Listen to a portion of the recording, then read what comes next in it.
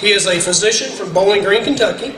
He founded the Southern Kentucky Lions Eye Clinic, which typically treats less fortunate patients. He also founded the Kentucky Taxpayers United in 1994, which rates the state legislators' tax honesty and helps promote America's for Tax Reform pledge. This pledge is to oppose any and all marginal income tax increases and any reduction in tax deductions. Dr. Paul lives with Kelly, his wife, and 3 children in Bowling Green, Kentucky. Big round of applause for Dr. Rand Paul.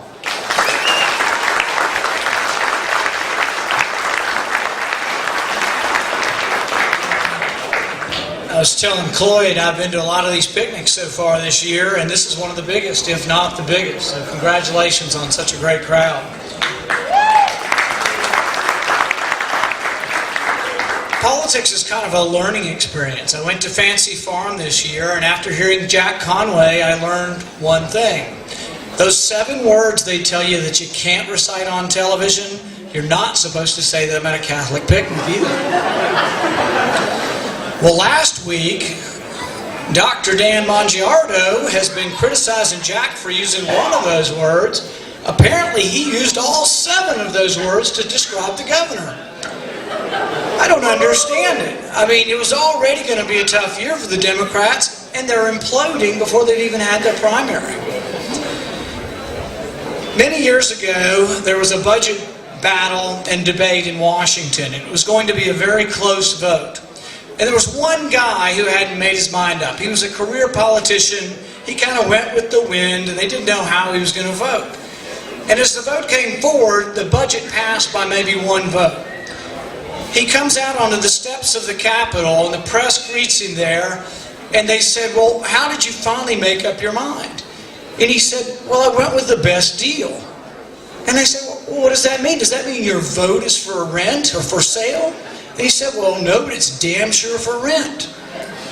That's tragic and a little bit comic, but it's tragic mostly that that's the way the system works, is that people trade their votes in order to bring pork barrel projects to their district or to their state.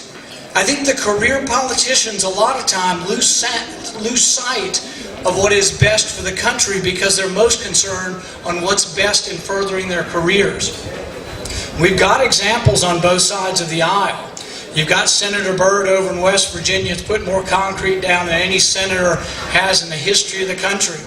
But you've got a senator in Alaska who is a Republican who recently left office who was the same way. His whole job and his whole obligation was to bring pork home for Alaska.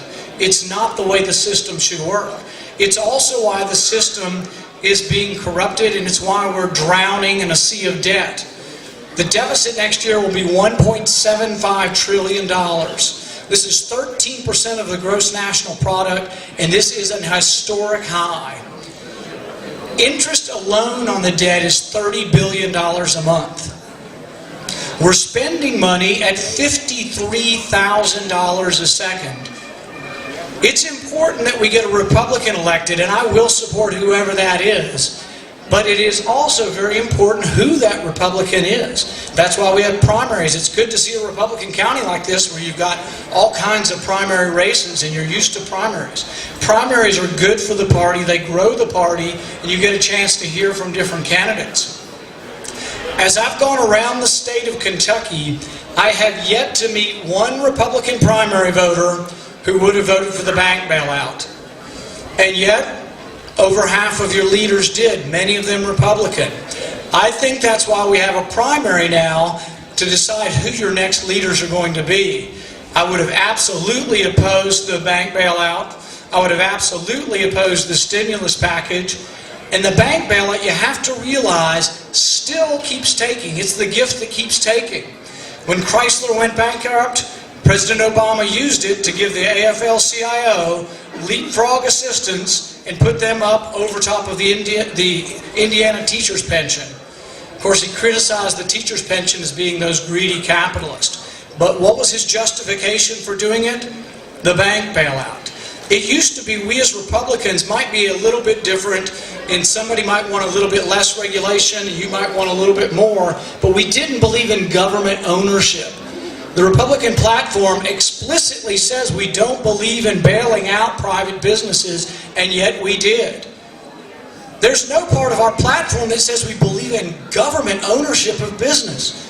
That's such an anathema to us that we should have our skin should crawl just thinking about this, and yet we did it to ourselves.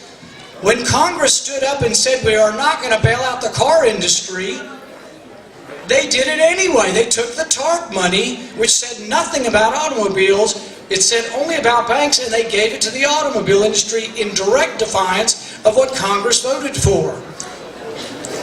This primary season is a time for you to select new leadership. If I were elected, the first bill I will introduce is term limits. There is no reason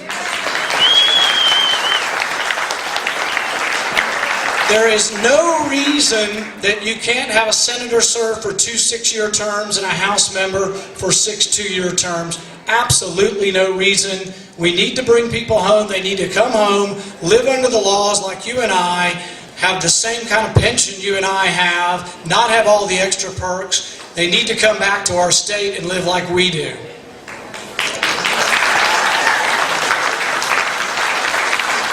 We as Republicans have talked about and said we believe in balanced budgets. We run on it every year. It's what everyone here says they believe in. And I believe you do. But we then elect, and sometimes we elect Republicans who don't do what we ask them. The deficit under the Bush administration and a Republican Congress went from $5 trillion to $10 trillion. We lost our believability. We need to get back to our roots. We need to believe in our platform and elect people who will support the platform. But this means honestly and strenuously saying, I'm not just going up there to be an errand boy or an errand girl to bring home pork. There's no money. It's not that the emperor has no clothes, it's that the emperor has no money. We owe the Chinese $800 billion. We owe the Japanese $700 billion, the Taiwanese $100 billion, the Saudis $100 billion. Where we as a country used to be great and export goods, our number one export is debt. The question is, how long will it last? Is there going to be a turning point where they don't buy our debt anymore, and could there be a calamity or a crisis for the dollar? I believe that our children and grandchildren will pay for the debt, but I think the problem is even more imminent. I think we've created so much money and flooded the banking system that when it leaks into the economy and you get dramatically rising prices, I think there's a danger. There's a danger for the dollar, there's a danger for the world, there's a danger for our economy. And I don't think this can be overstated. If I am elected, I will say that there has to be rules. You have to have a balanced budget amendment. You have to have a rule because they will not listen to you. They won't do the right thing unless they're forced to by a rule. We have a rule in Kentucky. You have to balance the budget. So we bicker over the spending, but in the final analysis, we balance our budget. Contrast that with California. We're going to be paying taxes here in Kentucky to bail out California before too long. And we're doing it already for Washington. You have to have rules. If I am elected, I will introduce an amendment to every appropriations bill that reduces that bill by the percentage necessary to balance the budget.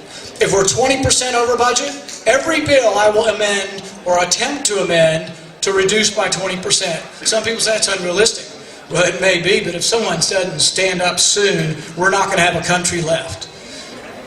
I will stick to my word. What I say you can believe. If you want to know more about me, check out my website, randpaul2010.com. I thank you very much for letting me come today.